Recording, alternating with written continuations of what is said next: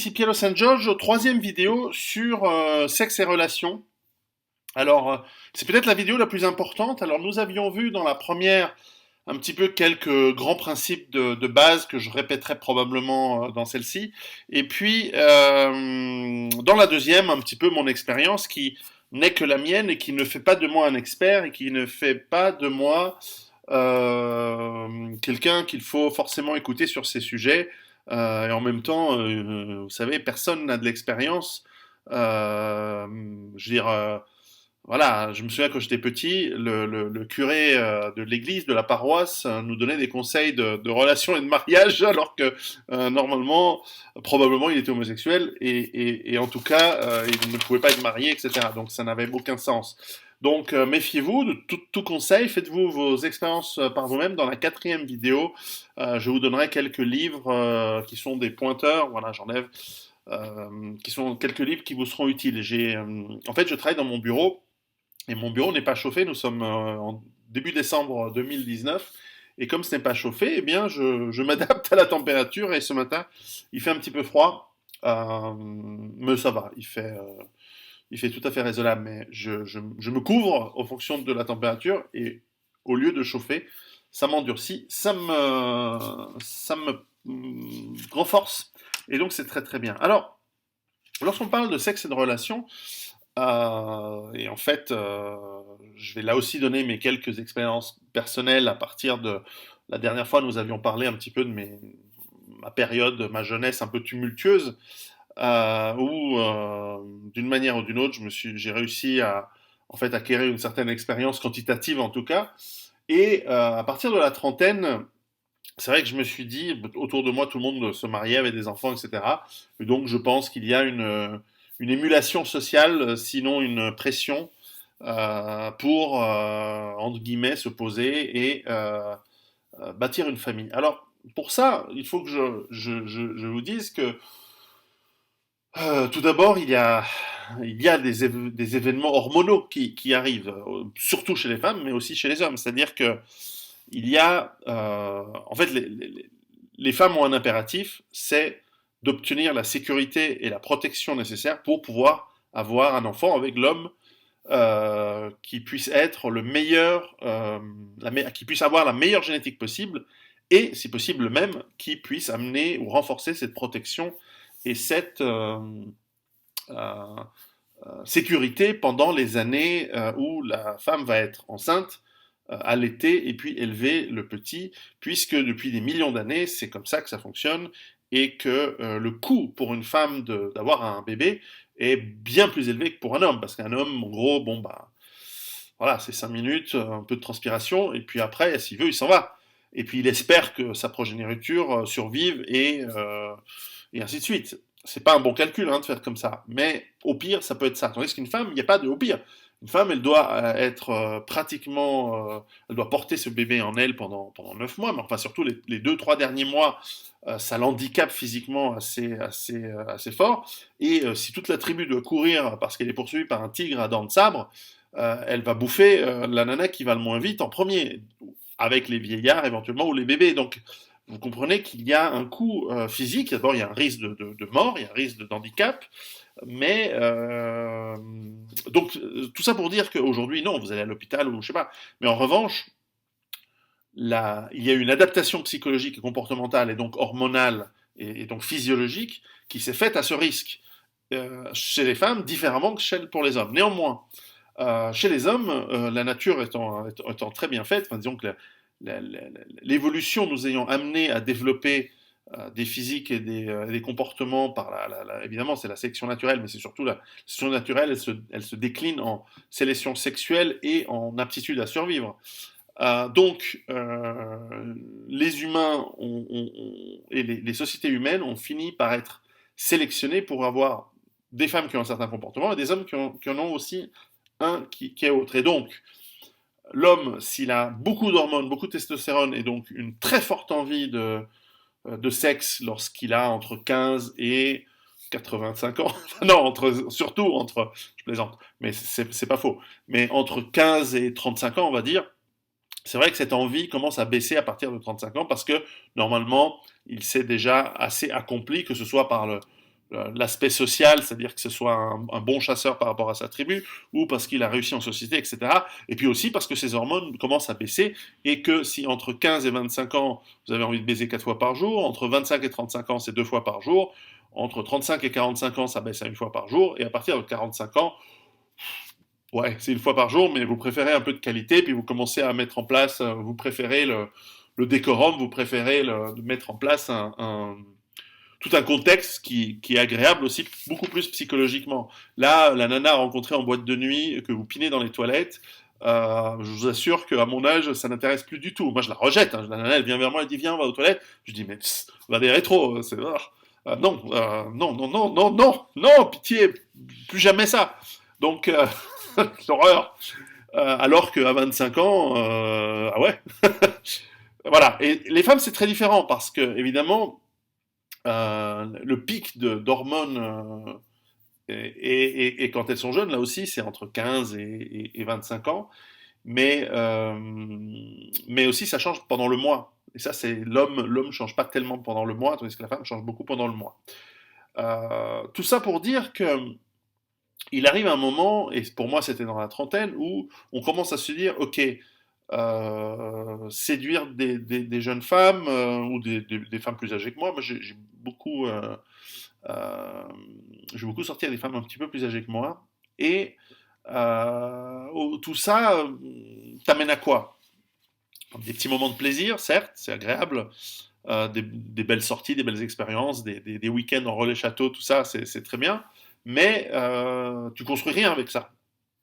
Et le plaisir reste éphémère, et la vie n'est pas ça. Et on peut le savoir même dès un plus jeune âge, mais il arrive un moment où ton envie de construire quelque chose au niveau biologique, même chez un homme, elle commence à devenir plus grande que l'envie de variété. Je rappelle que l'homme a envie biologiquement, parce qu'il peut le faire, d'avoir une grande variété de partenaires sexuels pour, théoriquement, permettre d'avoir de transmettre beaucoup ses gènes, donc à plusieurs femmes, et donc faire plein d'enfants dans tous les sens, je veux dire, à l'africaine, quoi. En revanche, les femmes, elles, ben, parce qu'elles ont un plus grand risque, elles préfèrent sélectionner. Alors après, on verra, peut-être la culture a changé cela, et aujourd'hui, vous avez beaucoup de promiscuité, autant chez les femmes que chez les hommes, et c'est une catastrophe pour les femmes en réalité. Bon, on y arrivera. Et donc, je me suis rendu compte à 30 ans qu'en fait, l'objectif d'une de relation, donc on parle ici de sexe et relations dans ces vidéos, l'objectif des relations, ça reste la mise en place d'une structure émotionnelle et physique qui permettent de générer la prochaine génération, et donc dans les meilleures conditions possibles pour qu'elle-même puisse ensuite se reproduire, etc. Parce que le but de la vie biologique, c'est la reproduction, c'est la transmission de nos gènes. Et c'est souvent beaucoup plus fort que vous, c'est pas votre cerveau, c'est tous les gènes de toutes les bestioles qui vivent dans votre corps, et les gènes de tous les organes qui, depuis des milliards d'années, se sont combinés ensemble pour arriver à l'être que vous êtes, que nous sommes, qui veulent continuer. Parce que vous n'êtes qu'un maillon de la chaîne, et que vous ne savez pas quel est l'objectif final. Alors, ceux qui croient en Dieu, alors parfois c'est débile, ils se disent ah non, Dieu nous a créés à son image, c'est des conneries, c'est métaphore, c'est pas vrai, ou alors Dieu c'est n'importe quoi, il n'est pas fini, il finit à la piste lui aussi. Enfin, on n'est pas fini, on est merdique encore comme être humain. Moi je peux très bien imaginer des améliorations, hein. Alors si moi je peux imaginer des améliorations, vous imaginez bien qu'un être omniscient, omnipuissant, il est plus intelligent que moi, donc il est capable d'imaginer des améliorations beaucoup plus intéressantes. Et puis je vous rappelle qu'il a fait la salle des fêtes quand même très près des chiottes, hein, chez les êtres humains, et d'ailleurs chez tous les mammifères. Donc non, non, la science balaie cette métaphore et la ramène à sa place, qui est juste d'être une métaphore. Mais nous continuons à évoluer. D'ailleurs, nous l'observons, nous le voyons, nous voyons l'évolution tous les jours en place partout. Nous le faisons nous-mêmes, nous élevons des chevaux, des chiens, etc. Bref, donc nous allons évoluer. Et nous ne savons pas vers quoi. Et peut-être que nous avons évolué vers quelque chose de génial, de bien plus génial que nous sommes aujourd'hui, ou pas, et nous allons évoluer vers le truc, ou alors la prochaine étape de l'évolution, ce sont les intelligences artificielles et on va dire des êtres cybernétiques ou robotisés ou autres, qui sont en fait la prochaine étape, on passe de l'étape biologique à l'étape électromécanique. Voilà, et c'est en fait le but de l'être humain, et toute l'évolution biologique peut-être, hein, toute l'évolution biologique de l'humanité, de la biologie, tout ce qui s'est passé sur Terre, n'avait comme but que de créer des êtres beaucoup plus efficients et en fait de passer à une étape significativement supérieure à l'être humain. Peut-être. Alors moi, je pourrais en débattre, mais tout ce qui est transhumanisme et aussi intelligence artificielle, moi je pense qu'on est encore au balbutiement de cela, mais enfin, ces balbutiements sont assez impressionnants. Et donc peut-être que la prochaine étape va être des êtres non biologiques. Mais ça, on ne peut pas le savoir. Et de toute façon, ça ne change pas le fait que vous avez envie de tirer un coup et que vous avez envie de faire des enfants. Bref, donc, générer la prochaine génération est l'objectif. Et pour ça, il faut un environnement sain, il faut un environnement efficient et qui amène du bonheur. D'ailleurs, tous les gens qui ont des enfants savent à quel point les enfants, surtout quand ils sont petits, vous amènent un bonheur immense. Nous sommes programmés pour ressentir du bonheur lorsqu'on voit un petit bébé qui vous sourit, lorsque l'on voit un petit enfant qui commence à marcher, qui court vers vous en disant papa, ou j'imagine maman. Et il y a ce lien incroyablement fort entre les enfants. Alors après, c'est vrai que plus les enfants deviennent adultes, plus ce lien devient je dirais pas moins fort parce qu'il y a un investissement émotionnel, il y a un investissement matériel aussi qui fait que vous avez des liens très forts. Mais c'est vrai qu'un enfant entre 3 mois et 10 ans, lorsqu'il vous voit et qu'il vient et que vous ressentez un amour sincère qu'il a pour vous, parce que vous l'avez bien traité, vous ne l'avez pas mal, voilà, vous l'avez pas maltraité et fait subir des sévices, et vous avez un regard et puis une pureté de sentiments. Ils sont aussi capables de faire des saloperies, hein, les gosses. Hein. Ils sont mauvais, hein. Il faut les cadrer. Mais ils sont aussi capables de cet amour pur, de ces émotions qui sont magnifiques. Et ça vous amène aussi un bonheur incroyable. Et ça vaut tous les sacrifices de la vie. Mais évidemment, c'est difficile de le savoir quand on est tout jeune et quand on a que envie de piner dans la tête. Ok. Donc, je rappelle, l'objectif, c'est un environnement, c'est d'avoir des enfants, donc une progéniture, une reproduction dans un environnement sain. Et là, les femmes et les hommes ont une destinée à être complémentaires et donc à travailler ensemble, parce que euh, les femmes sans l'homme n'arrivent pas à donner cet environnement stable, sain, efficient et heureux à leurs enfants, puisque les enfants ont besoin d'un père autant que d'une mère. Alors, dans les toutes premières années, ils ont plus besoin d'une mère, mais ensuite, ils auront plus besoin d'un père pour se structurer, notamment les garçons, mais les filles aussi.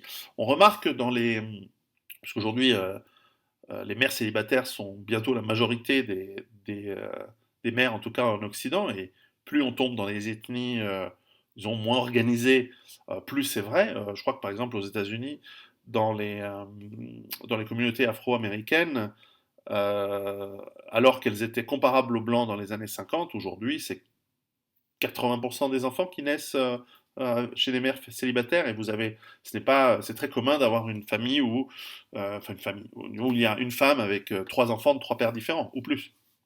Et donc c'est du n'importe nawak, hein, c'est une catastrophe. Et je vais arriver pourquoi. Et ça a touché les Afro-Américains en premier parce qu'ils étaient peut-être plus sensibles et plus fragiles, on va dire, mais ça touche toutes les communautés aujourd'hui. Donc ce n'est pas ça touche toutes les ethnies, ça touche peut-être moins les latinos, mais ça touche largement les blancs, et plus la classe sociale est basse, moins il y a de structure, et bien plus ce phénomène est fort et élevé, et courant. Et donc, pour pouvoir avoir cet environnement sain, eh bien, il faut que l'homme et la femme créent ce qu'on appelle traditionnellement une famille, et donc restent ensemble un certain nombre d'années, en tout cas, je dirais facilement les 6 premières années minimum pour chaque enfant. Et donc en 6 ans, vous allez probablement en faire d'autres. Donc évidemment, à l'époque, depuis très longtemps, on s'est un petit peu habitué à vivre dans des relations qui sont quasiment monogames. Alors, le, le, la biologie, d'ailleurs, hormonalement, a un effet incroyable. On le mesure très très bien, il y a des études qui le mesurent de manière limpide. C'est que à partir du moment où une femme est fécondée et enceinte, si elle est très proche avec le géniteur de l'enfant à venir, eh bien, elle va sécréter des hormones qui changent, et par l'effet olfactif et l'effet de phéromones, l'homme va avoir sa testostérone qui baisse. D'où le fait que les hommes prennent plus de poids lorsque leur femme est enceinte, d'où le fait que les hommes ont moins envie d'aller voir ailleurs lorsque leur femme est enceinte. C'est bien foutu, parce qu'évidemment, pour une femme enceinte, qui peut moins assouvir les besoins sexuels de son mari parce qu'elle est enceinte, et je sais qu'il y a des femmes qui me disent, ah ben moi quand j'étais enceinte j'avais très envie. Ok, mais euh, t'es quand même ronde et tout, mais la plupart ont beaucoup moins envie, et puis physiquement c'est aussi plus compliqué. Bref, enfin on va pas généraliser, mais il y a sans doute tous les cas, mais en tout cas, on voit que chez les hommes, le niveau de testostérone baisse et donc leur niveau de désir, et donc ils sont un petit peu plus attachés, ils sont attendris par le gros ventre, ils sentent le bébé qui bouge à l'intérieur, donc ils ont moins envie d'aller voir une autre jeune femme, et voilà. Et donc moins, je dis pas du tout, je dis moins. Mais tout ça pour dire que, alors après, et vous allez sans doute me faire très justement la remarque, c'est que l'être humain n'est pas qu'un être biologique, c'est aussi un être d'esprit. Et dans cet esprit, il y a une volonté, certes très faible, certes le libre arbitre est quasiment insignifiant chez l'homme, mais nous pouvons à un moment décider. Je dis non, moi j'ai envie d'aller voir d'autres. Je parle pour le mâle. Le mâle va se dire, en fait j'ai très envie d'aller voir d'autres nanas, mais je me contrôle, je me maîtrise. Au fond, j'ai fait un pari avec mon épouse et sa famille, ça compte, avec son clan, pour dire non, je vais rester, on va dire, fidèle, loyal, je n'irai pas engrosser d'autres nanas, parce que c'est ce qui arrive dans la nature. Alors aujourd'hui, on a les préservatifs, on a la contraception, etc. Mais enfin bon, le risque reste, et donc je vais rester loyal, je vais rester lié à celle-ci, et je vais continuer à protéger, d'autant que c'est au plus mon intérêt, puisque l'on voit que les civilisations, les cultures où les hommes sont plus proches de leur progéniture, eh bien, permettent un meilleur développement. Et en fait, les sociétés qui ont une stratégie, vous savez, il y a deux stratégies de reproduction, c'est le R-K chez tous les animaux. R, c'est beaucoup d'investissement dans la progéniture, quitte à en faire moins, et K, c'est donc R, c'est typiquement les carnassiers, les carnivores, ils font relativement peu de petits et ils s'en occupent.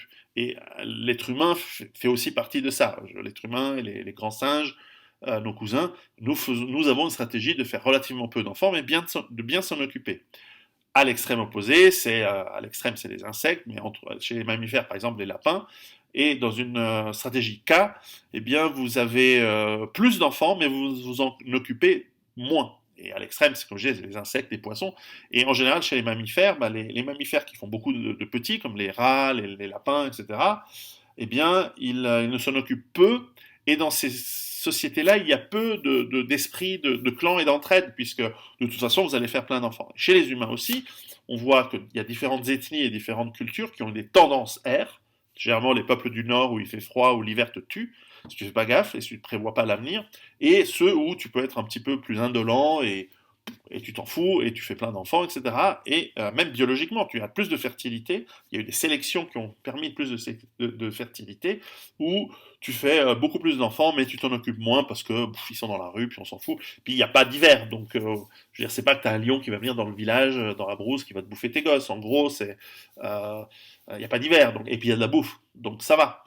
Ce qu'il faut faire gaffe, c'est les bactéries. Mais comme la bactérie, elle te touche, que tu sois prévoyant, intelligent ou pas, tu t'as qu'à faire plein d'enfants, puis t'espères que ça ira, quoi. Tu fais 8 gosses, puis il y en a 3 qui survivent, c'est pas mal. Tandis que si tu fais 8 gosses dans le nord de l'Europe pendant une période glaciaire, ils vont tous mourir. Alors que si t'en fais 3 et il y en a 2 qui survivent, c'est bien aussi. Donc c'est à peu près ça les stratégies. Et donc dans ces stratégies, euh, le fait de vivre en monogamie est plutôt utile. Alors, ça veut dire quoi? Ça veut dire que l'homme doit sacrifier à une bonne progéniture son impératif biologique qui est celui de maximiser le nombre de partenaires sexuels et de potentiellement engrosser le maximum de femmes à l'africaine. Bah, l'Européen, il a aussi cette volonté, mais il sait qu'il ne doit pas le faire, parce que sinon, ça ne marche pas. Et culturellement, c'est renforcé. Et ça a été renforcé pendant très longtemps. Vous voyez, les familles, c'est bien pour ça qu'on organise les mariages depuis longtemps pour que ça fonctionne. Au Moyen-Orient, en Afrique du Nord, en Europe, en Asie, toutes les cultures civilisées et évoluées, elles ont euh, organisé les mariages pour permettre un environnement stable pour la progéniture. C'est ça le but d'une société. C'est ça la base de la civilisation. Si c'est le bordel, il n'y a pas de civilisation. Parce que Il n'y a pas le temps, et puis il n'y a pas l'apprentissage, il n'y a pas la transmission du savoir. Lisez les livres de Frédéric Delavier, il a intuitivement très très bien compris ça. Alors, la femme, en revanche, elle doit sacrifier aussi une partie de son impératif. C'est que l'impératif, autant l'impératif masculin, qui est celui de maximiser la quantité, l'impératif féminin, c'est de sélectionner le père de ses enfants qui va être le meilleur possible. C'est ce qu'on appelle l'hypergamie. Quitte à éventuellement, et ça arrive, de se faire engrosser par un alpha, mais de faire élever ses enfants par un bêta. Ça se, donc, je pense que j'avais parlé de ça dans ma vidéo précédente, la différence entre alpha et bêta. Il n'y a pas que ça, il y a gamma, delta, oméga, il y en a plein d'autres. Allez sur Internet, vous trouverez les définitions. Et elles sont intéressantes. Et donc, on a des femmes qui, soit parce qu'elles sont dans la relation avec un homme qui a les qualités de sécurité, de tout ce qu'on veut, mais il n'est pas très excitant. Alors peut-être qu'elles se font engrosser par le mec qui passe un peu bad boy, un peu excitant et tout, mais elles restent avec le type stable, parce que bon, ça arrive, hein, ça arrive plus qu'on le pense. Alors j'avais dit dans une vidéo, je m'étais trompé, j'avais parlé de 30%, mais 30% chez les chimpanzés, mais probablement le taux d'enfants qui ne sont pas leur vrai père est de 3% chez l'être humain, ce qui est intéressant du point de vue diversité génétique, mais c'est assez intéressant de le savoir. Donc, la femme doit sacrifier la volonté d'essayer de trouver le meilleur homme possible, puisqu'à un moment, elle doit se satisfaire aussi d'un homme. Et les femmes sont plus capables d'avoir de l'attachement que les hommes, même si les hommes ont plus une capacité d'aimer.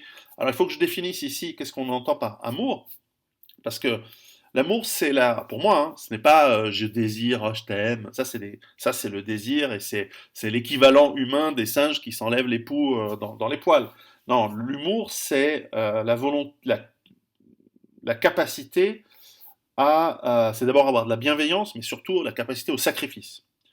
Et qu'en fait, je pense que les femmes ne peuvent vraiment aimer que leurs propres enfants, alors que les hommes sont capables d'aimer vraiment leurs femmes, mais aussi peuvent aimer des concepts.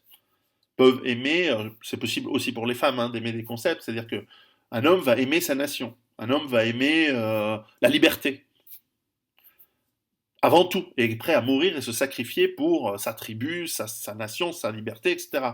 Les femmes, beaucoup moins. Encore une fois, on parle de moyenne. Hein. Je dis pas, il y a toujours la passionnariat qui va mourir sur les barricades, ça existe. Mais en général, la programmation biologique et mentale, donc, fait que les femmes sont programmées pour aimer à mort leurs enfants, et uniquement leurs enfants. Ce qui est très bien, et c'est ce que vous voulez de votre épouse, de votre femme, etc. C'est qu'elle s'occupe de vos enfants en premier. Absolument, parce que c'est vos enfants qui sont l'objectif de tout, de votre vie, de votre couple, de vos investissements en nature, en physique, en confort, en tout ce que vous voulez. Le but de la civilisation, c'est un environnement sain pour des enfants, et ainsi de suite. Et, et donc la femme doit sacrifier, elle se dit, bon, je suis avec un mec que j'aime bien, il est sympa, on va avoir des enfants, je vais adorer ses enfants, mais peut-être que je pourrais avoir mieux. Et l'homme, il se dit, peut-être que je pourrais en avoir une autre en plus. Et bien à un moment, il faut sacrifier ça. Il faut se dire, non. Euh, et évidemment, dans les mariages arrangés, avec une culture qui voit d'un très mauvais œil l'homme volage et la femme qui aussi, forcément, qui va essayer de trouver un autre homme, eh bien, je veux dire, dans beaucoup de cultures, on châtie les femmes de manière extrêmement sévère si elles sont adultères. Parce que, voilà, on oblige l'homme et la femme à cesser, à sacrifier leur stratégie innée de hypergamie pour la femme et euh, variété chez l'homme, si on veut, pour rester dans le noyau qu'est la famille, parce qu'on sait que c'est ce qui fonctionne. Alors, évidemment, aujourd'hui, ça n'existe plus, puisque l'État a remplacé l'homme et qu'une femme peut se dire, parce qu'en fait, il y avait aussi un risque de quitter son homme, c'est que l'homme, c'est un bon chasseur, il amène de la sécurité et de la protection, et donc si une femme s'en va, qui la protège, qui lui amène des ressources, surtout lorsqu'elle a des petits-enfants et des enfants en bas âge. Et donc, il y avait cette pression pour que ta fille, quand elle est mariée avec quelqu'un, elle ne se retrouve pas abandonnée, et donc tu fous la pression sur la famille du mec, et donc sur le mec, et voire à l'extrême, dans les cultures d'Italie du Sud par exemple, putain, si un mec qui trompe sa femme ou il lâche sa femme, t'as la famille qui vient avec le fusil, hein, et qui va lui réexpliquer la vie très vite. Et la famille du mec va pas le protéger, elle va lui dire, mon fils, t'es con. Pourquoi t'es allé voir la pute là à côté, putain, t'es marié, t'as des gosses. Moi, ça m'est arrivé, hein, j'étais fiancé, une jolie femme dans la rue, je lui parle, et par hasard, j'attendais mon père pour aller déjeuner. Mon père arrive, et il a même pas regardé la nana, il m'a dit, qu'est-ce que tu fous, tu vas te marier, pourquoi tu parles à cette nana? Et je dis, mais attends, bon, bref, je faisais que de lui parler, hein, mais potentiellement, c'était euh, parce que voilà, et il avait raison, même. Maintenant, j'allais peut-être pas la. En fait, entre nous, je crois que c'était Nabila, mais bon, je suis pas sûr. Mais comme elle habitait Genève, mais je savais, elle n'était pas encore connue à cette époque, c'est il y a longtemps. Bref, mais voilà, de toute façon, c'est pas mon style. Mais bon, elle était jolie. Voilà, et j'avais rien d'autre à faire. Donc voilà, donc cet impératif doit être sacrifié à un moment. Et encore une fois, on sacrifie pour la progéniture. Parce que si on n'avait pas cette capacité au sacrifice, n'importe quoi, on claque notre argent tout de suite, on va danser, on fait les cons, on fait du tam-tam, on fait n'importe quoi. Et moralité, à la fin, il y a un truc là, moralité, il n'y a jamais de civilisation. Suivez mon regard. Alors, parce que la civilisation est liée au comportement sexuel en réalité, fondamentalement, et le comportement sexuel est lié à notre biologie, à nos différences, et c'est un cercle vertueux ou vicieux. En général, vertueux, parce que on peut avoir des périodes où tout se délabre et tout s'effondre, mais au bout d'un moment, on recomprend comment ça fonctionne et on reconstruit si on est encore vivant, si on n'a pas été mis en esclavage ou exterminé par la tribu d'à côté qui, elle, est plus efficiente que nous, qui produit plus de gens efficaces et capables de nous massacrer ou de nous mettre en esclavage. Donc à la fin, il y a aussi cette concurrence entre ethnies, entre tribus qui date depuis la nuit des temps. Alors, j'ai pris des notes pour une fois, parce que je voulais quand même avoir une structure dans ce que je vous raconte. Et donc, on sacrifie donc l'hypergamie chez l'homme et enfin, l'hypergamie chez la femme et la variété chez l'homme. Sauf que l'État, d'abord la ville, elle rend anonyme. Donc, autant dans un village, vous pouviez aller piner à droite et à gauche, mais vous vous faites choper, on vous explique la vie, et ça peut être très brutal. Autant dans une ville, personne ne sait qui vous êtes. Je veux dire, toi, tu séduis une nana au coin de la rue, puis tu disparais. On te retrouve pas, c'est une grande ville. Et puis pour une nana, elle est aussi exposée dans une ville à plein de gens et elle voit des gens dans un village, je veux dire, des gens sexuellement compatibles au point de vue âge et association sociale dans un petit village. Pour une femme entre 15 et 25 ans, il y en a peut-être 10-15, donc elle doit choisir entre ces 10 et 15 mecs. Dans une ville, elle a des centaines de milliers, des millions, et surtout, elle voit qui est tout en haut de l'échelle, et donc elle peut aller en douce voir le préfet, le chef de la police, le mec qui a réussi, et puis en douce se faire engrosser, parce qu'il sera mieux que l'homme qu'elle pourrait accéder dans sa classe sociale, là où elle habite. Vous savez, dans les grandes villes, la prostitution occasionnelle des femmes, historiquement, a été juste gigantesque. Quelque chose comme la moitié des femmes dans les villes étaient des prostituées à plein temps ou occasionnelles au cours de l'histoire. C'est un truc gigantesque, 50%. C'est pour ça que chez les hommes, notamment dans des pays où les villes ont été des immenses bordels pendant des siècles, l'insulte fils de pute est une insulte assez courante. Mais bon, c'est comme ça. On a tous dans nos ancêtres à un moment une nana qui. On a tous un noble qui est passé chez une des nanas voilà. Donc on a tous un peu un patrimoine qui est passé par les rois et les nobles. On est tous des descendants de rois en fait. Mais en même temps, on est tous des descendants de putes à un moment ou à un autre. Donc voilà, c'est comme ça. Et donc la ville, elle a amené la promiscuité par le fait de l'anonymat et de l'accès et du manque de contrôle. Et puis surtout, l'état social ensuite a amené le fait que la femme n'a plus besoin de protection puisqu'elle a trouvé un mec beaucoup plus fort et plus puissant que tous les mecs possibles, c'est l'État qui va te filer du fric pour chacun de tes gosses et chacun chacune de tes actions, que tu sois seul, pas seul, ou accompagné, ou en chaise roulante, peu importe, tu recevras du fric de l'État. Fric de l'État qui est piqué du travail des hommes, des hommes mâles, essentiellement. Et donc en fait, on a ce Mac, ce proxénète qu'est l'État, qui dit fais tes gosses avec n'importe qui, on s'en fout, je te filerai de l'argent, de toute façon, je te laisserai pas crever. Et donc la femme n'a plus besoin de protection, n'a plus besoin de, de sécurité, puisqu'elle le trouve chez le plus gros et le plus puissant de tous, qui est l'État, qui vole l'argent aux gens et qui ensuite le redistribue pour avoir ensuite évidemment des avantages électoraux, parce que les femmes vont voter pour les politiciens qui vont dans le sens de la féminité, c'est-à-dire plus de gentillesse, de compréhension, d'accueil de tout le monde, nanana, et donc en fait en général les plus démagogues, c'est-à-dire la gauche. Enfin, quoique la droite ne s'en prive pas. Pour preuve, les femmes ont voté pour les nazis, nationaux socialistes, parce qu'ils avaient des programmes très féminins. Le fascisme aussi était adoré des femmes parce qu'il y avait des programmes qui protégeaient beaucoup les femmes. J'en parle dans mon livre un tout petit peu dans mon livre Femmes au bord de la crise. Mais méfiez-vous d'un système complexe qui vous protège et qui vous donne de l'argent, parce que s'il disparaît, vous faites quoi? Là, vous avez intérêt à avoir un mec qui est autour de vous. Et le problème, c'est que peut-être qu'il a plus envie ou il n'est pas là. Bref, la réalité, c'est que cet État euh, a rendu possible l'hypergamie féminine. Parce que maintenant qu'elle est protégée, qu'elle a ses arrières couvertes, qu'elle a sa sécurité parfaitement acquise, eh bien, elle peut passer son temps à essayer de chercher le meilleur homme possible. Alors évidemment, une femme pas très intelligente, elle va coucher avec plein de mecs, et justement, on va arriver au problème d'une nana qui a 4 enfants avec quatre mecs différents, c'est du n'importe nawak. Et surtout, elle va essayer de trouver le meilleur homme possible, mais en même temps, comme les hommes savent que les nanas sont devenues, on va dire, sexuellement libérées avec la promiscuité, eh bien, ils n'ont plus aucun intérêt à s'engager, puisqu'il y aura toujours une nana plus jeune disponible, et puis parce que l'État va de toute façon payer pour les gosses qu'il va faire avec plein de nanas.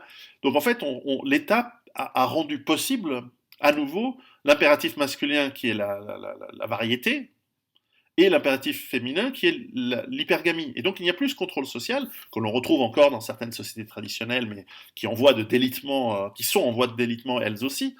Eh bien, nous avons en fait ce bordel ambiant où de plus en plus nous faisons des enfants hors mariage, en tout cas le mariage n'est qu'un concept, mais qui est hors, et un concept très important et symbolique, mais nous faisons de plus en plus des enfants hors structure.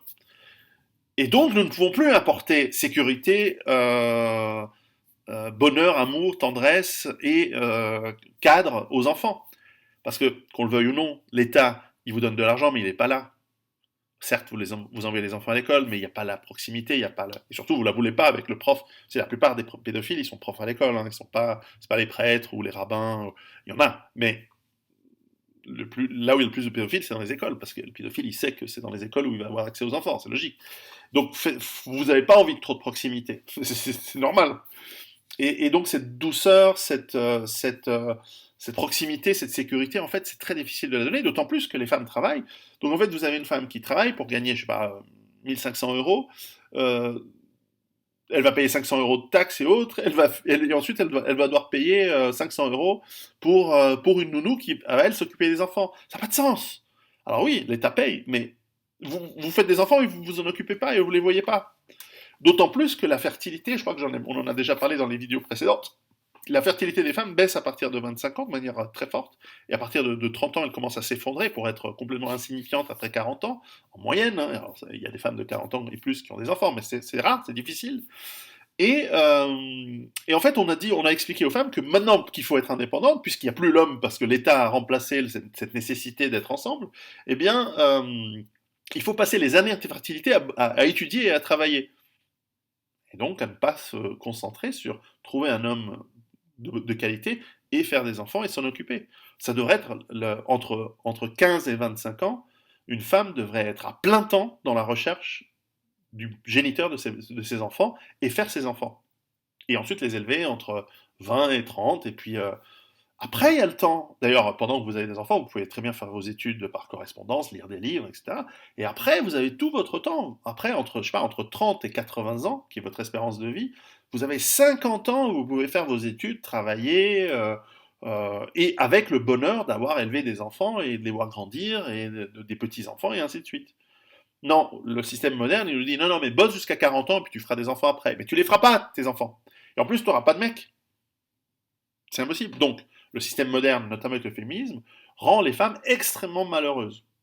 Quant aux hommes, eh bien, eux, ils retrouvent leur instinct de piler dans tous les sens, parce qu'il y aura toujours une nouvelle femme plus jeune qui arrive, toujours une nouvelle femme plus jeune qui arrive, et même, voilà, alors l'alpha, il va avoir des centaines de conquêtes faciles, et il aura aucune incentive d'avoir des relations, il pourra même faire des enfants à droite et à gauche en sachant que plus ou moins, vaguement, il va les voir, et que vaguement, il va pouvoir s'en occuper, mais la civilisation va s'effondrer avec ça, aussi pour ces raisons-là. Et puis, les hommes qui sont pourtant intelligents et compétents, mais qui n'ont pas l'instinct d'aller voir les femmes, qui ont un petit peu peur, qui ont cette compétence-là, à moins d'avoir appris à prendre confiance en eux, etc. Mais ça s'apprend, c'est pas, mais c'est quand même pas une évidence. Eh bien, les hommes bêta qui sont en fait le pilier, parce que l'alpha est pas toujours intelligent, c'est simplement quelqu'un qui a une grande confiance en soi. Or, les gens idiots, souvent, ont une grande confiance en soi. Donc, on peut avoir des gens là aussi, suivez mon regard, mais enfin, qui sont pas trop moches, et puis qui ont une grande confiance en eux, mais en fait qui sont incapables, qui foutent rien, qui vont piner des gonzesses et faire des gosses, alors que l'ingénieur qui a beaucoup travaillé, mais qui est timide, parce que aussi, au lieu d'aller piner des nanas, il a bossé. Il a fait ses études, il a fait X, il a fait tout ce que vous voulez. Et ensuite, quand il sort, bah ouais, il a un bon salaire, il a un bon truc, mais il sait pas parler aux nanas. Et comme les nanas, elles regardent moins le salaire aujourd'hui, vous savez, on dit toujours les femmes aiment bien l'argent. Oui, certes, bien sûr, parce que ça c'est de la calorie, c'est de la, c'est de la sécurité, c'est des ressources, mais si le type il est renfrogné en disant bonjour madame, je sais pas, non, il préfère le type eh bien, bien. Non. Et donc, euh, et donc il y a du dysgénisme, et donc ces gens qui sont les piliers qui construisent les civilisations ne sont plus là pour les rendre possibles. Une catastrophe civilisationnelle, et ça se voit dans tous les empires et toutes les choses, d'autant plus que l'état social fait que les gens incapables, les pauvres, ne meurent plus. Et donc, il y en a de plus en plus. Et y compris pour les gens malades et handicapés, il y en a de plus en plus. Et c'est comme ça. Donc la société a de plus en plus de coûts, et on voit par la dette, etc. Bon, je ne vais pas refaire tout ce que j'expliquais dans mon premier livre.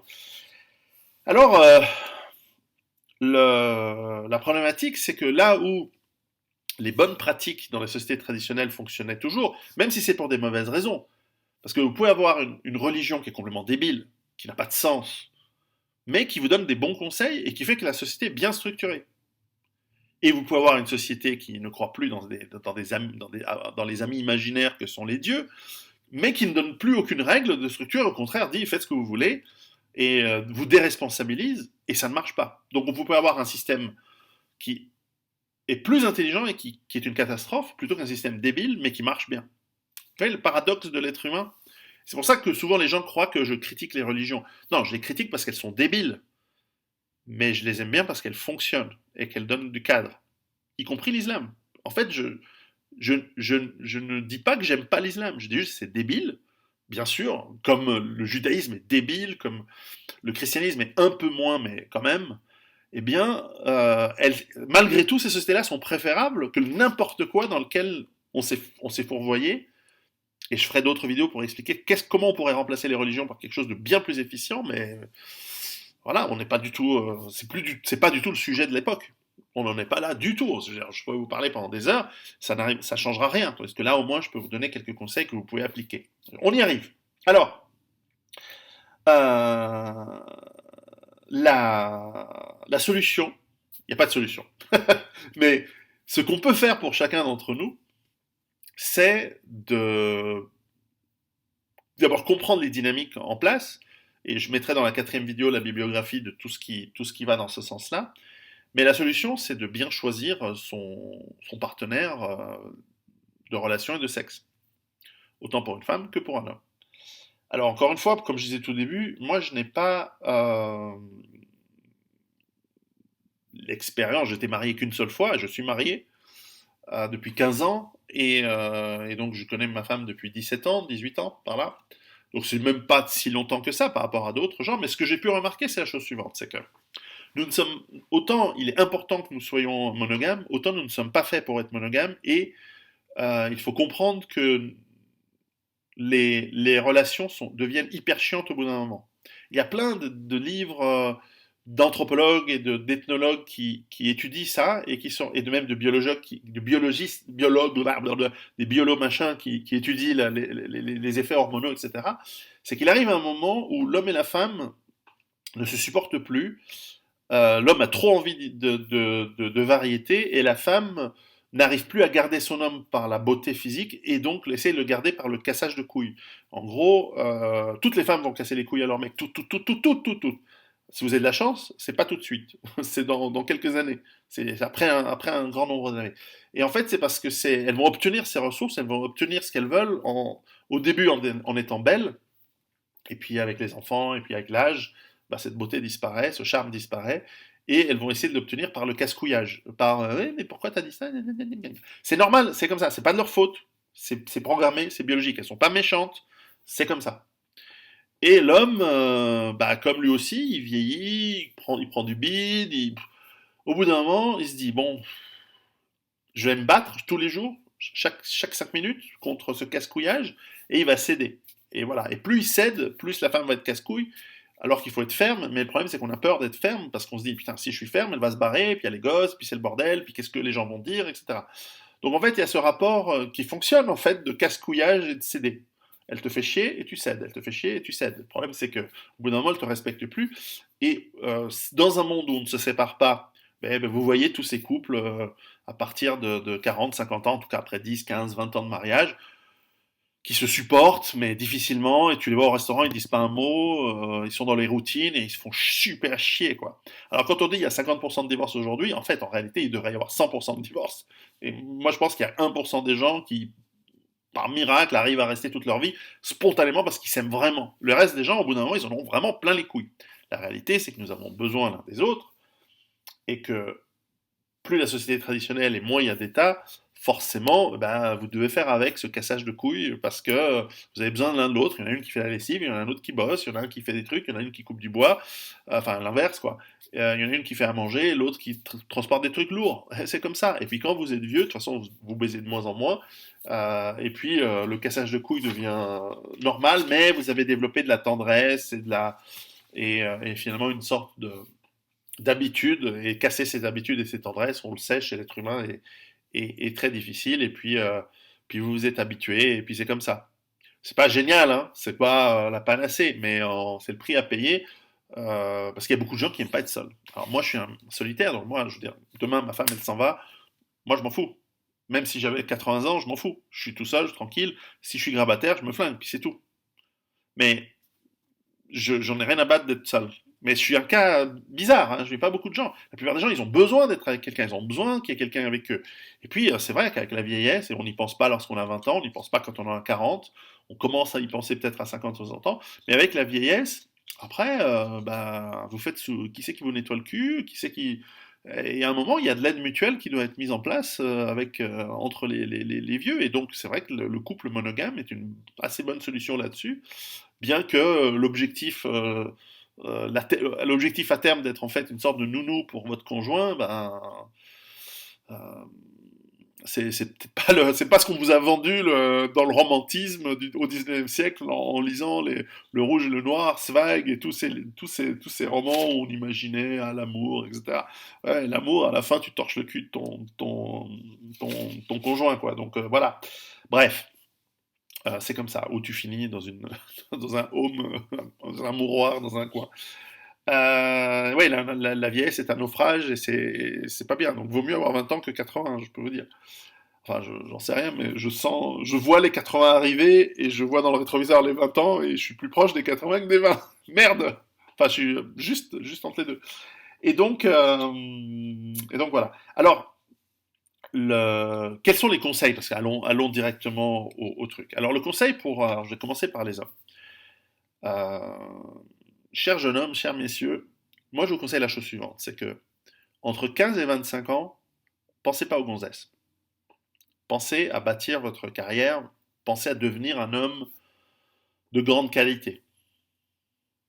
Euh, Qualité morale, qualité physique, qualité mentale. Apprenez la rigueur, l'autodiscipline, apprenez à avoir un bon corps, faites du sport. Accessoirement, évidemment, si vous trouvez une nana qui vous aime bien, que vous avez des relations comme ça, pourquoi pas? Mais ne vous y attachez pas et ne vous mariez surtout pas quand vous êtes jeune.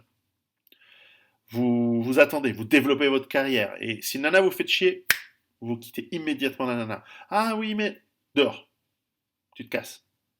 À la limite, tu vois pas trop de nanas entre 15 et 25 ans. Tu travailles ta carrière, tu bosses, tu essaies de bosser vite, parce qu'aujourd'hui les études sont trop longues, elles sont trop chiantes, on te fait perdre beaucoup de temps. Tu bosses, tu bosses, tu bosses.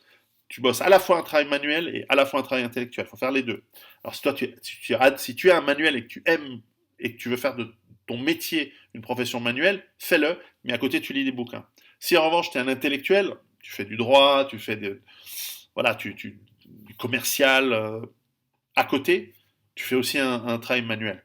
Il faut à la fois être un guerrier et un moine. Il faut travailler, savoir se battre, mais aussi étudier et développer. Vous apprenez la philosophie, vous apprenez les trucs. Plus vous allez apprendre de la philosophie et de la culture, plus les femmes autour de vous seront insignifiantes et insipides. Ça, c'est l'avantage. Donc, vous aurez moins envie d'elles. Même les jolies, vous allez dire, ouais, elle est jolie, mais elle est conne. Donc, elles ne vous intéresseront pas. Ce qui est très bien, parce que jusqu'à 25 ans, franchement, les gonzesses, c'est une perte de temps. Tu auras envie de l'épiner, tu vas sûrement le faire, faire, faire en sorte qu'elle tombe jamais enceinte. C'est trop tôt pour un homme de se marier, avoir un gosse avec une nana de son âge, entre 20 et 25 ans, comme ça. Entre 25 et 35 ans, tu développes ta carrière professionnelle, quelle qu'elle soit, toujours en faisant intellectuel, physique, toujours et manuel, intellectuel, manuel, toujours les deux. Tu continues à travailler ton physique, tu deviens le meilleur homme possible que tu puisses être. Et là, tu commenceras à voir que entre 25 et 35 ans, tu commences à avoir pas mal de nanas qui s'intéressent à toi. Tu évites celles de ton âge et éventuellement, tu évalues celles plus jeunes que toi. Et à partir de 30 ans, tu peux considérer que là, tu commences à être prêt et tu commences à avoir suffisamment de capacité à attirer une femme pour bâtir un foyer, bâtir une famille. Et mon conseil, c'est de choisir une femme qui a autour de 10 ans plus jeune que toi. Pourquoi? C'est parce qu'à 30 ans, une nana de 20 ans, elle est géniale. À 40 ans, une nana de 30 ans, elle est bien. Et à 50 ans, une nana de 40 ans, elle est encore baisable. Mais si tu prends la nana de ton âge, à partir de 40 ans, surtout si tu es intelligent et que tu bosses bien, à 40 ans, tu peux avoir des nanas de 20-25 ans. Et pourquoi tu devrais rester avec une nana de 40 ans? Qui va te faire chier maintenant. Parce qu'elle sait qu'elle est plus aussi jolie, elle va te casser les couilles. Donc évite tous les conflits et tous les problèmes. Tu ne te maries pas, si ce n'est avec une femme de 10 ans plus jeune que toi. Quels critères pour choisir une femme? Alors on va pas se mentir, hein. Le critère numéro un, c'est la beauté. Alors qu'est-ce que c'est que la beauté? Ben, en fait, c'est la féminité, donc généralement c'est les cheveux longs, c'est un corps raisonnablement maigre et athlétique. Pas trop, hein, c'est pas obligé d'être trop, après chacun ses goûts, mais éviter les grosses, éviter les moches, donc beauté, donc parce que la beauté dans notre cerveau, c'est la fertilité. Donc choisissez une femme jolie. Euh, qu'elle soit- elle- il faut qu'elle puisse être douce, c'est-à-dire une bonne mère. Ça, vous le sentez tout de suite. Il faut qu'elle soit bonne au lit. Parce que si vous voulez ne pas aller voir ailleurs, eh ben, il faut qu'elle sache vous garder. Et en fait, elle vous gardera par être bonne au lit ou bonne cuisinière. Mais bonne cuisinière, c'est tellement rare de nos jours, alors que bonne au lit, ça peut encore exister, donc ça va.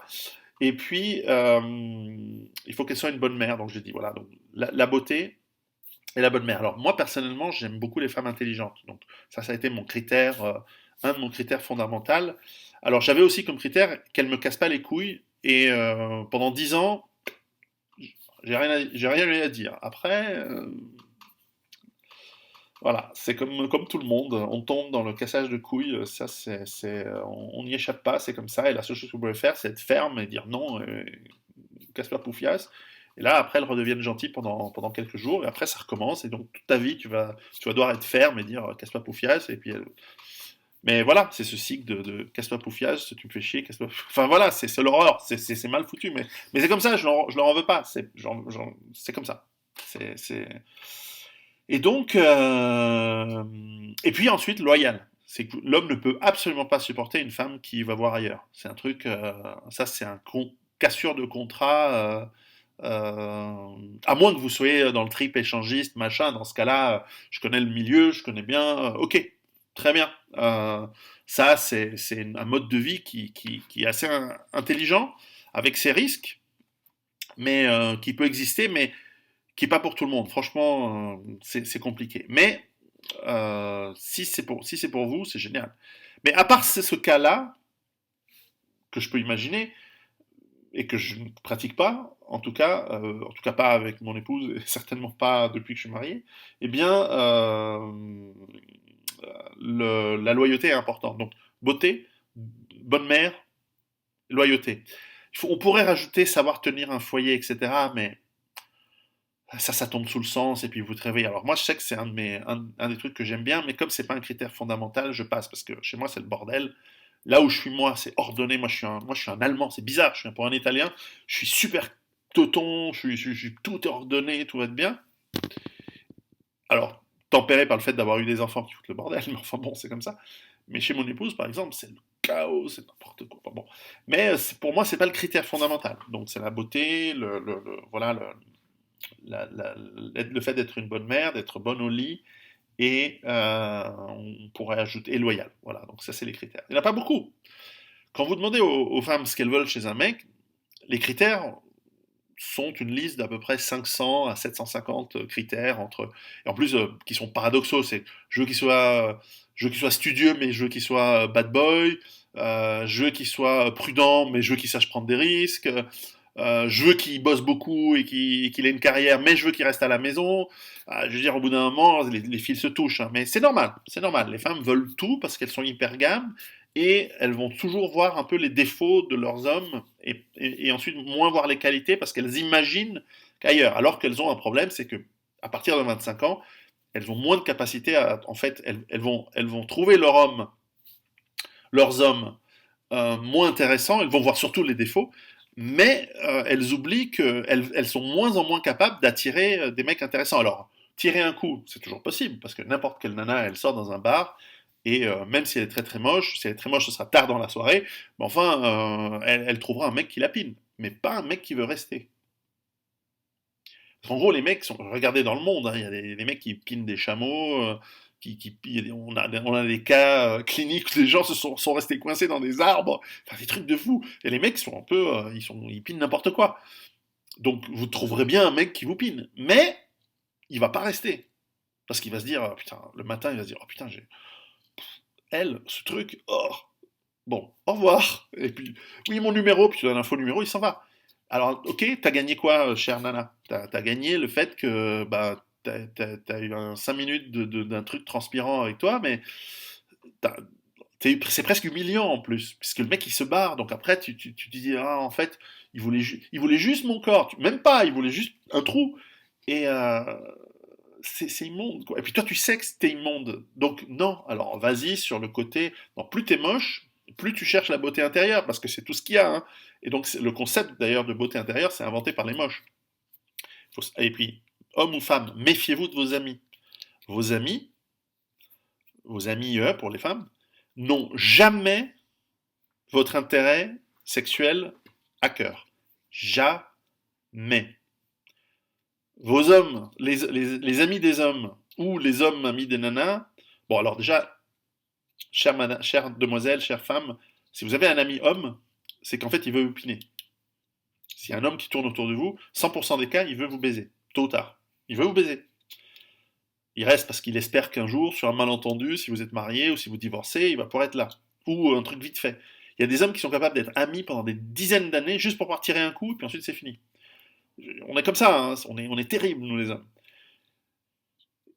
Vos copines et vos copains n'ont pas votre intérêt sexuel, ils peuvent avoir votre intérêt professionnel, machin, tout ça. Mais ils ne vont jamais vous donner des bons conseils. Parce qu'en fait, ils pourraient toujours. Si Si vous dites non, ce mec ou cette nana, il est pas assez bien, ou il est bien, vas-y, machin, etc., c'est toujours parce qu'en fait c'est l'inverse. Ou alors c'est parce que c'est eux qui voudraient l'avoir.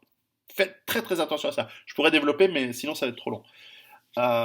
Donc les femmes ont beaucoup de critères. Mais moi, si je devais donner à ma fille les critères, c'est écoute. Et donc j'ai oublié le critère, mais je l'avais déjà dit, mais je le répète, pour les hommes, pardon, c'est aussi donc choisissez une femme 10 ans plus jeune que vous. Alors moi j'ai pas fait ça, moi j'ai mon épouse à mon âge. C'est un problème d'ailleurs, c'est un gros problème. Ensuite, enfin j'ai 4 enfants que j'adore, c'est génial, et puis ça se passe bien. Mais en fait, avec du recul, je me suis, elle était, alors moi mon critère en plus, ça a été une femme très intelligente. Et parce que ça permet de discuter et pas juste de dire ah elle est jolie ta nappe, ah la robe elle est rouge. Bon alors après attention hein, parce que c'est très rare de trouver une femme très intelligente qui est bonne au lit. C'est paradoxal alors qu'un homme intelligent est bon au lit en général. C'est bizarre. Enfin en même temps j'ai couché avec 0 homme dans ma vie donc je sais pas. Mais enfin j'en ai vu. Alors, les femmes, en revanche, les critères en tout cas, ce que je dirais à ma fille, elle ne m'écoutera pas parce qu'elle va écouter ses hormones, comme toutes les femmes, mais enfin, si je devais dire à mes filles quels sont les critères, c'est que vous devez choisir un homme, de toute façon, autant aller dans l'hypergamie, qui ait le plus haut statut social possible. Qui soit de ton ethnie, parce que j'ai envie que mes petits-enfants me ressemblent, et je veux qu'ils naissent avec la barbe chauve, tu vois. Je veux qu'ils me ressemblent, je veux pas que ce soit un truc gloubi-boulba d'on ne sait où. Je dis pas moralement, faites ce que vous voulez, hein. Mais génétiquement, ou alors vraiment avec une ethnie qui génétiquement est meilleure que celle dans laquelle je viens. Mais il n'y en a pas des masses, hein, donc euh, c'est comme ça. Quand vous êtes tout en bas de l'échelle, de la hiérarchie des ethnies, bah, là, vous pouvez aller avec qui vous voulez, ce sera mieux. Mais si vous êtes plutôt en haut, et les critères sont simples, c'est regarder ce qu'a fait votre civilisation par rapport à l'autre, t'as à peu près compris la hiérarchie des trucs. Alors après, ça se discute, est-ce que la Chine, l'Inde, l'Europe, bon, mais voilà, le trio de tête, en Japon, Chine, Europe, ben voilà, quoi, on y est là, le reste... Et donc, il faut éviter ça parce que vous pouvez condamner votre progéniture à tomber dans la poubelle de la sélection naturelle. Parce que dans 200 ans, il n'y aura plus hein, autant d'ethnies qu'il y a aujourd'hui. Parce que la sélection naturelle, elle arrive impitoyablement. Et en plus, les ethnies très intelligentes, les Chinois, ils sont en train de développer des systèmes, des armes biologiques et bactériologiques qui vont éliminer tous les abrutis et les incapables. Hein. Donc, moi, la seule question que j'ai, c'est est-ce que dans 200 ans, il n'y a pas un virus qui élimine aussi les blancs, tout comme il éliminera les autres. Mais on verra, ça ne sera pas le problème dans ma vie, en tout cas à moi. Donc, au statut social, la même ethnie que toi, c'est un conseil que je pourrais donner à mon fils aussi, hein, par ailleurs. Mais ça, c'est personnel. À la limite, faites ce que vous voulez. Un homme qui soit physiquement fort, qui soit parce qu'il comme ça il te protège, donc protecteur en fait je devrais dire plutôt protecteur, et qu'il apporte les ressources nécessaires et la stabilité nécessaire à ta famille. Ça c'est les critères. La beauté, pas important. Et 10 ans d'âge plus âgé que toi, ma fille. Donc tu choisis un homme à 20 ans, choisis un homme de 30 ans. L'homme de 30 ans, il sera très content d'être avec une nana de 20 ans. Petites astuces que je dirais aux femmes par rapport aux hommes, c'est tous les hommes veulent le sexe, donc si tu veux qu'un homme s'attache à toi, tu ne donnes pas le sexe facilement. Tu le gardes, et c'est pour ça que dans beaucoup de cultures disent pas de sexe avant le mariage, parce que le mec, il faut qu'il signe son contrat avant de lui donner ce qu'il veut. C'est comme ça, si tu donnes avant, il y a quand même une grosse chance qu'il prenne ce qu'il veut, et s'il n'est pas absolument fou, furieux, satisfait, il s'en va. Donc c'est un très très gros risque la promiscuité pour les femmes, pas pour les hommes. La révolution sexuelle, elle était géniale pour les hommes, on a gagné. Même si on a échangé un monde patriarcal pour un monde féminisé, pour un monde qui est aujourd'hui qui est très féminin et très orienté femme, on a gagné. Parce qu'en fait, le monde, le matriarcat est absolument génial pour les hommes et c'est une catastrophe pour les femmes, alors que le patriarcat, c'est assez bien pour les femmes, mais c'est très contraignant pour les hommes. C'est ça que les féministes ne comprennent pas. Mais elles sont trop connes. C'est normal. Elles sont connes. Et puis souvent, elles sont pas hétérosexuelles, donc elles comprennent pas les relations de femmes. Donc elles ont continuez, continuez. En attendant, nous, on se marre, etc. Alors certes, la civilisation s'effondre. Ça. Et donc sans civilisation, il n'y a plus de féminisme. Il n'y aura plus non plus de non-hétéros. Donc, chers féministes, faites vachement gaffe à vos fesses, parce que tôt ou tard, il y aura une civilisation qui viendra vous obliger à faire des gosses avec elle, et qui vous mettra en esclavage, et vous aurez beau dire je suis LGBT, machin, tout ça, la réponse, ça va être un coup de pelle dans la tronche, si vous avez de la chance. Donc moi je suis friendly avec tout le monde, moi je suis LGBT friendly, tout ce que vous voulez, mais je vous dis juste que vous êtes en train de détruire, vous êtes en train de scier la branche sur laquelle vous êtes assise, et la chute, elle est pas sympa, hein, elle va être vraiment violente. Bref, donc ça c'est les conseils que je donne. Alors tout ça je vais le résumer, je pense, je vais faire une sorte de petit écrit que je mettrai en ligne ou un truc comme ça, où je serai plus structuré, comme vous savez à l'écrit je suis beaucoup plus structuré qu'à l'oral. Mais bien que les femmes ne se plaignent pas de mon oral en général, euh, mais enfin je suis pas mauvaise langue, on va dire ça comme ça. Bref, ça c'était le petit moment de immodestie de la vidéo. Donc voilà, donc c'est très important ça c'est les conseils que je vous donnerai. Donc choisissez bien, parce qu'au fond c'est la chose la plus importante que vous allez faire dans votre vie, c'est-à-dire choisir la personne avec qui vous allez avoir des enfants, avec qui vous allez les élever. Et encore une fois, je le répète, ne me méprenez pas. L'objectif, c'est un environnement stable dans lequel faire des enfants.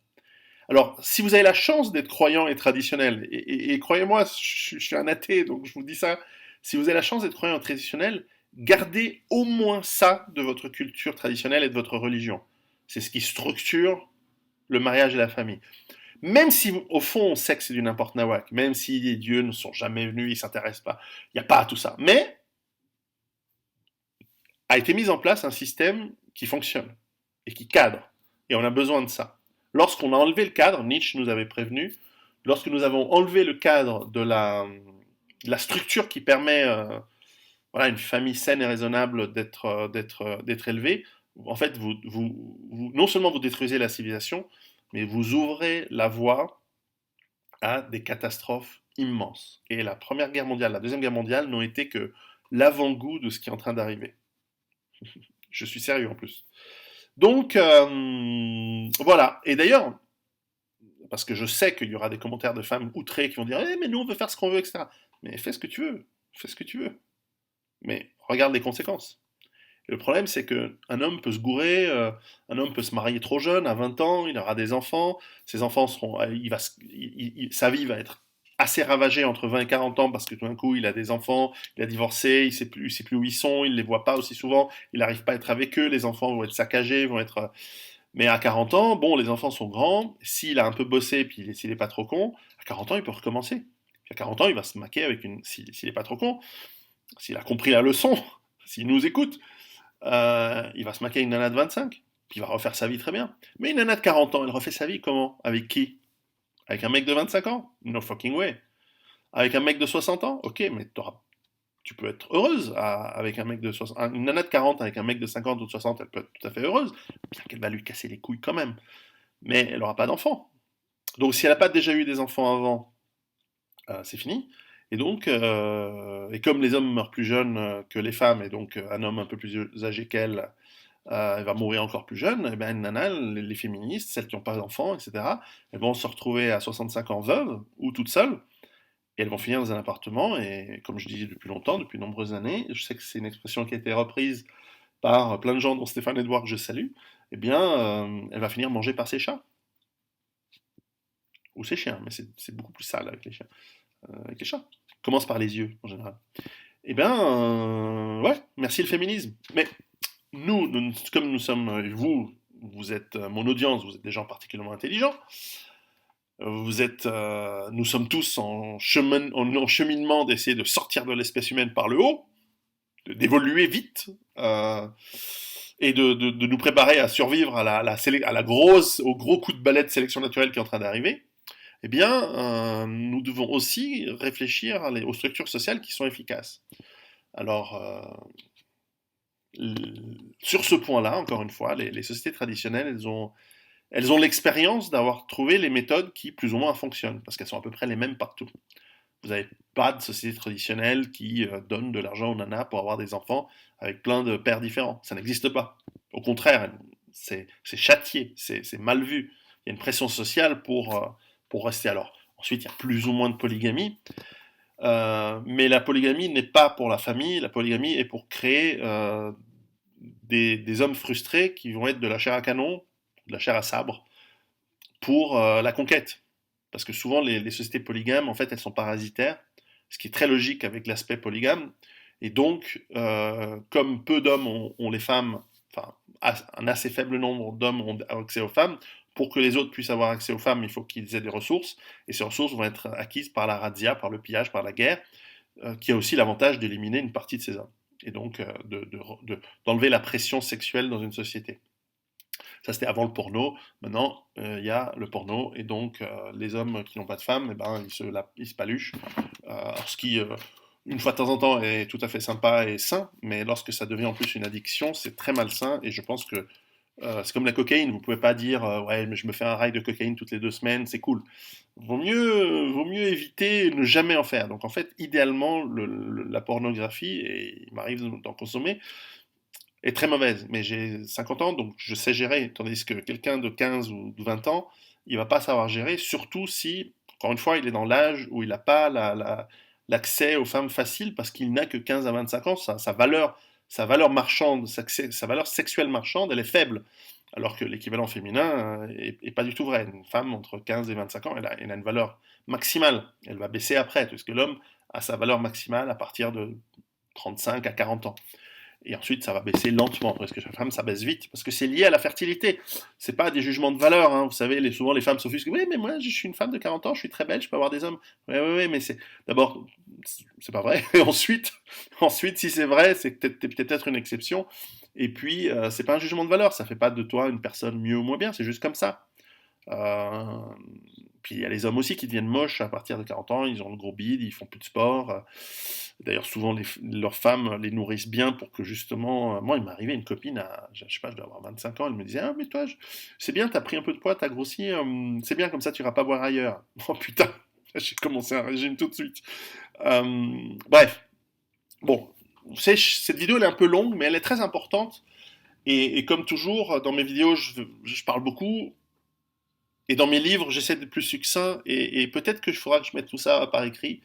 Bien que ça casse pas, encore une fois, hein, c'est pas, j'ai pas inventé l'eau chaude, mais nous sommes dans un monde où on vous raconte l'inverse, et donc c'est pour ça qu'il y aura dans les commentaires des gens, il y aura des femmes qui disent mais non c'est pas vrai, et il y aura les hommes qui sont programmés pour servir les femmes dans le monde féminisé, qui sont en fait des hommes qui espèrent pouvoir piner ou accéder à la femme par le côté servile et flatteur, ce qu'on appelle les white knights, les chevaliers blancs, qui vont toujours dire ah oui les femmes t'as raison ou alors non, non, non. Et elles vont avoir un discours féminin qui est de la merde en fait parce que ça marche pas. Et donc nous les vrais hommes on se gosse de ces gens-là.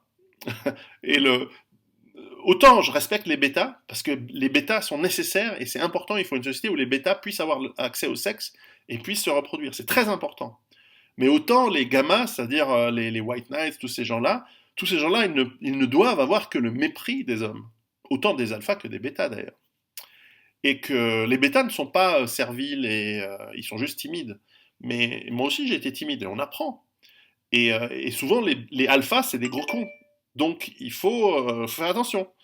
Parce qu'il faut qu'un bêta apprenne à avoir des attitudes d'alpha pour obtenir les femmes. Mais il faut aussi une société où on apprend au alpha à se calmer, parce que l'alpha est dommageable dans l'aspect sexuel. Après, l'alpha est très utile dans les entreprises et il a son rôle. Mais il faut faire très attention. Et moi-même, euh, et puis d'ailleurs, dans plein d'aspects de la vie, nous sommes à la fois, ce sont des schémas, ce sont des archétypes, hein, ce ne sont pas des définitions précises des individus. Nous sommes des individus complexes, etc., avec multiples facettes. Nous ne sommes pas définissables par des systèmes comme ça de classement psychologique. On est d'accord. Hein, me prenez pas, je ne veux pas trop simplifier des choses complexes. Mais enfin, ces archétypes sont réels et ils sont observables. Voilà, alors vous avez des chaînes beaucoup plus techniques que les miennes et plus spécialisées dans ce sujet. Moi, je reste dans la survie. Ah oui, pourquoi tout ça, ça m'intéresse et pourquoi ça devrait vous intéresser lié à la survie? Ça, c'est aussi une question légitime à poser. C'est parce que nous ne voulons pas survivre juste pour rester vivant le plus longtemps possible. La survie, c'est nos gènes et la civilisation que nous laissons derrière nous. Alors la civilisation d'aujourd'hui, elle est en train de mourir, elle va mourir, mais simplement nous pouvons digérer une partie de ces éléments, qu'ils soient de pensée, certainement. On a une philosophie extraordinaire et la meilleure du monde, hein, en Occident par rapport à la libre pensée. Nous pouvons aussi ajouter, agglomérer des pensées excellentes qui viennent d'Orient. Enfin, je parle de l'Asie, hein, pas du Moyen-Orient, parce qu'il n'y a rien, mais de l'Asie, c'est-à-dire il y a des pensées extraordinaires qui nous viennent du bouddhisme, du zen, du Tao, qui sont extraordinaires. Donc on peut prendre les bons éléments de cela et agglomérer cela avec une partie de la civilisation occidentale pour en faire une vraie civilisation, à nouveau, qui soit forte, qui soit durable, en tout cas pendant un temps, et qui soit pas une civilisation merdique en train de se faire bouffer par des gens plus faibles et misérables. Enfin, je veux dire, je sais pas, t'es l'Empire romain, tu te clashes avec l'Empire chinois et l'Empire chinois gagne, au moins t'as été conquis par des gens vachement bien, quoi, des gens valables, au moins. Ou même, je pense aux Ottomans. Les Ottomans, c'était des gens carrés, des gens que je respecte, tu vois. C'est l'Empire turc, c'était des. Bon, l'Empire turc, il s'est fait latter par l'Occident, mais c'est respectable parce que l'Occident, c'était en tout cas à cette époque-là quelque chose de sacrément bien. Donc, ok. D'ailleurs, les Ottomans et les Turcs ont compris. Ils se sont dit, ah ouais, putain, et ils ont appris à devenir aussi occidentaux. Mais aujourd'hui, l'Occident, il est d'abord, c'est n'importe quoi. Et il se fait conquérir par des va-nu-pieds. Enfin, c'est n'importe quoi. Je veux dire, c'est la honte. Pour moi, c'est ça la pire des hontes. C'est qu'on n'est même pas seulement en train de mourir tout seul, c'est qu'on est en train de se faire conquérir par du n'importe quoi, par du rien, quoi. Bref, c'est pas ça le sujet, voilà. Mais, et ce rien est meilleur que la société globo-homo qu'on est en train de créer, enfin, qu'on a créé. Je veux dire, moi, je le crache dessus, ce truc. Enfin, ce n'est pas moi, ce n'est pas mon Occident, ce n'est pas ma civilisation. Bref, nous allons nous effondrer. Nous allons devoir reconstruire, et donc pour se reconstruire, nous devons comprendre comment fonctionnent quels sont les best practices, quels sont les moyens de fonctionnement qui fonctionnent et qui nous permettent de bâtir ensemble forcément les relations hommes-femmes. Et puis aussi, à la marge, 1% de la population, elle n'est pas tout à fait dans ce trip-là, mais c'est pas grave. Et au contraire, l'Occident a toujours été tolérant avec des minorités sexuelles. Et c'est très bien, mais on veut pas qu'elles soient dominantes, c'est tout. Parce que ça va tous s'effondrer. Et puis ensuite, le retour de bâton, il va être terrible, hein. Je vous rappelle que dans les camps, il n'y avait pas que des juifs. Donc, et que les chemins de fer fonctionnent toujours. Bref, et que cette fois, nous avons la technologie. Bref, donc moi, je dis pas que c'est ça que je souhaite, hein. Ouh là là, moi je souhaite être tranquille dans ma montagne, qu'on me fasse pas chier. Mais je sais ce qui va se passer. Bref, donc, les relations hommes-femmes sexuelles et relationnelles sont fondamentales pour bâtir une civilisation. Aujourd'hui, elles ont disparu, elles ont été détruites, elles sont décadentes et inexistantes.